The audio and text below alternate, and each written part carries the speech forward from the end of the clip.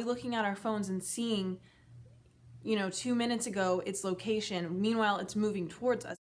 Hey guys, what's up? Thank you so much for watching.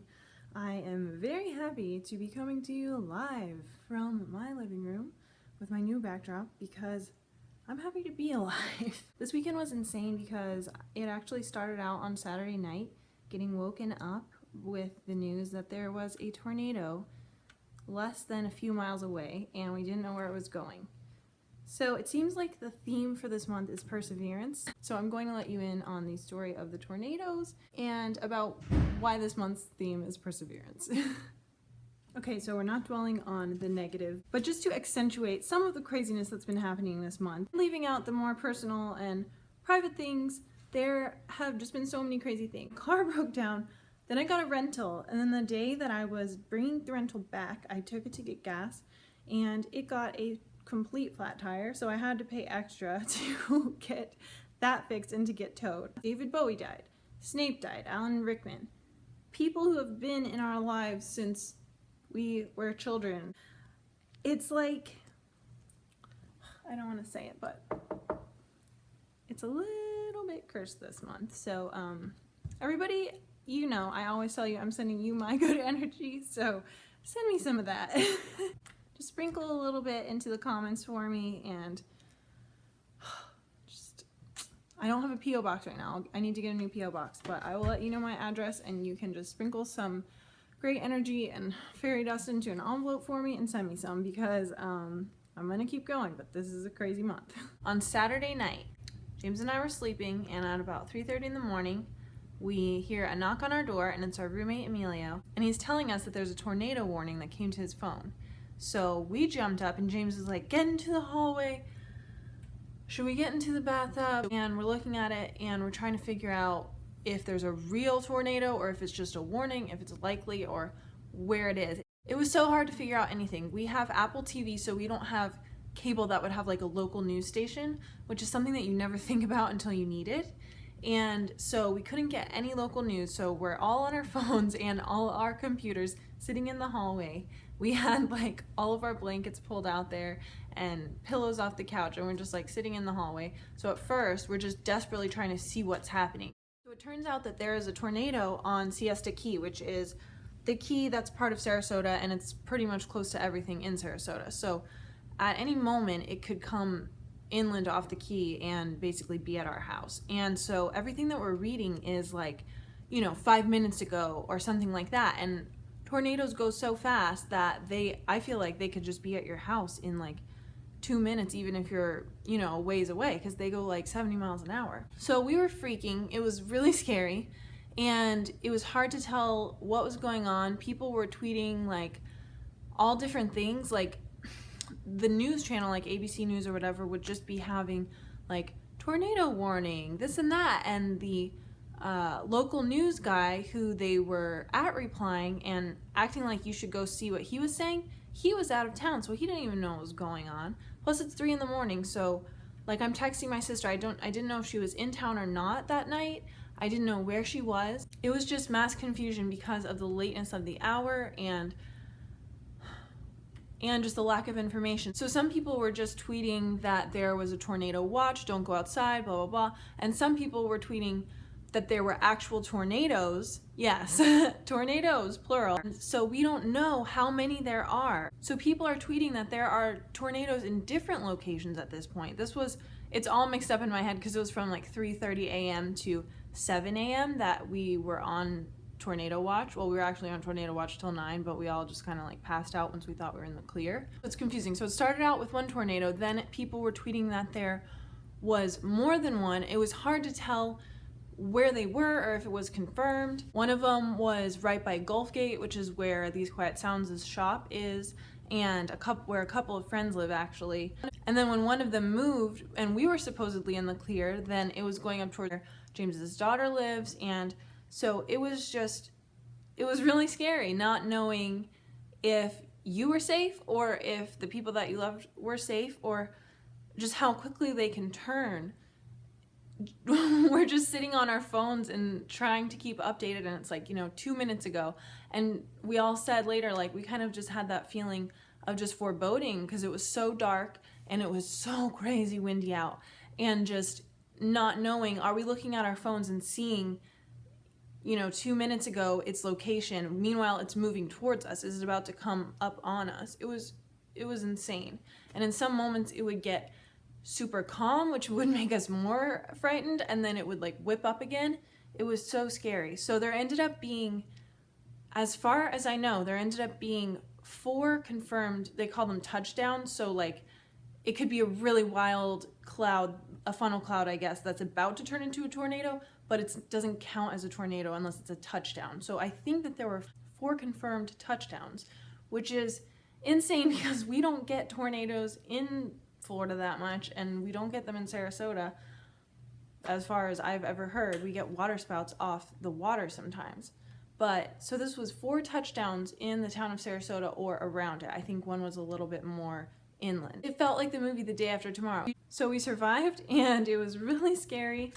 The next day it was super clear and sunny and a little bit cold, but it was sunny, and I felt like everyone was just out walking around just kind of like, wow, it could have been me, just kind of appreciating their families, taking walks and just kind of taking looks at all the branches that were down and at all the damage like that. We tried going onto the quay. Well, we did go onto the quay, but it was very, very crowded. I think James got some footage of it though. So that happened on Saturday, on top of just a lot of other things happening this month, not only with me, but with friends and loved ones and stuff. Just like it kind of feeling like that thing of like, whatever can go wrong will go wrong, and I don't believe in that, but it's one of those things where you're like so excited for 2016 to happen, and then January gets here and it's just one thing after the other. One small thing that I'm not gonna let get to me, but it's just so frustrating. Yesterday I went grocery shopping with my roommate, and all 3 of us were like, okay, we're gonna get food ahead for the week, we're gonna save money, we're gonna eat healthy, blah blah. So we bring home $300 worth of groceries. We pack our fridge. He cooks like all his food for the week because he eats at like different times, so he doesn't always eat with us.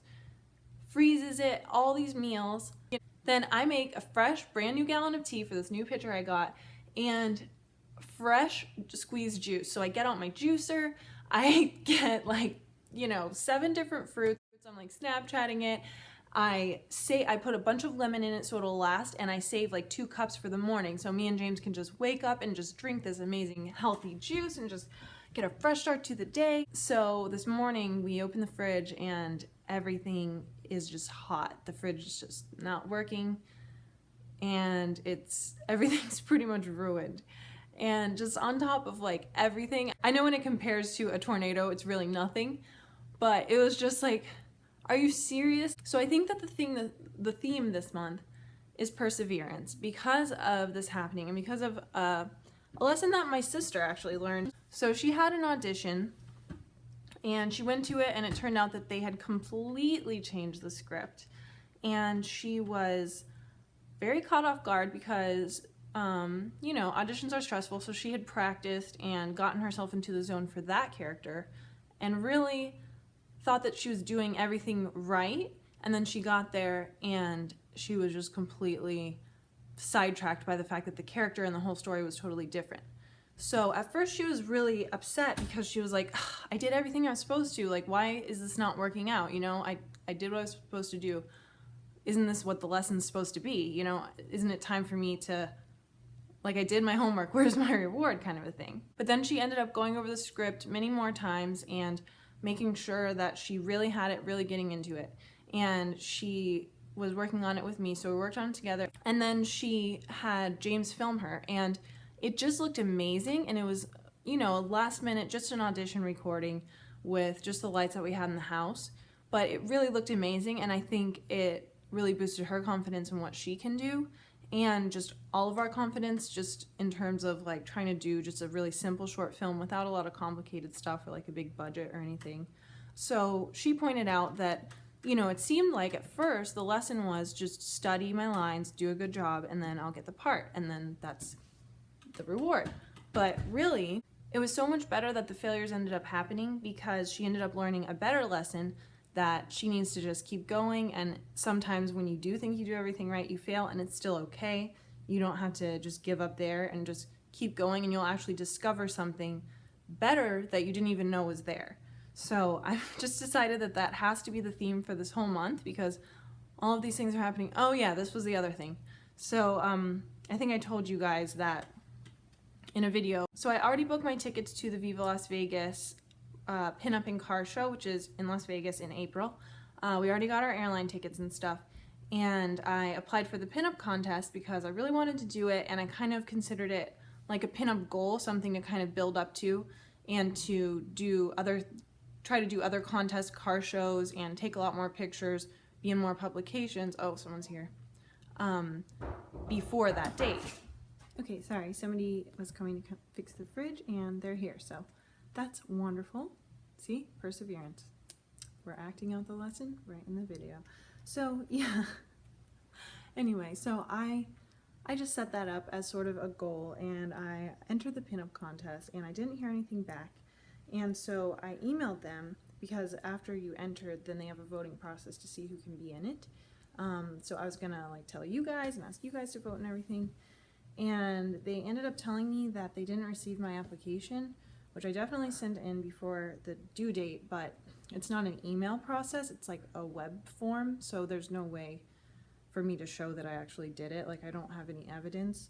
And it was too late, and there's nothing that really could be done. So that just disappointed me so much because it's the biggest one in the country as far as I know, so there's not really something I can do to just replace that. But James just told me to just figure out a way to just make it turn out better and bigger and better. So I'm talking to their lady that plans their fashion show. It's gonna find out what else they have going on because it's a whole weekend. So I'm not gonna let that get me down. And if any of you guys know of any other good contests that I should go in, then let me know and I'll make the most of that opportunity too.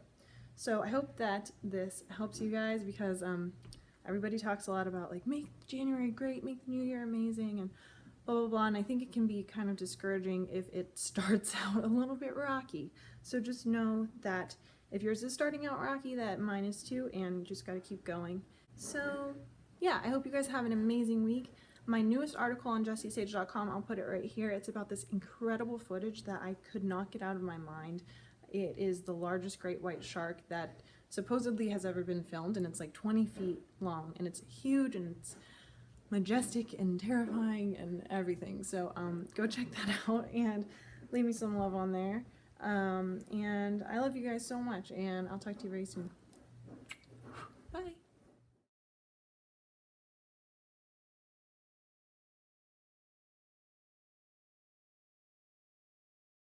Have a little chat with Jessie and Luca.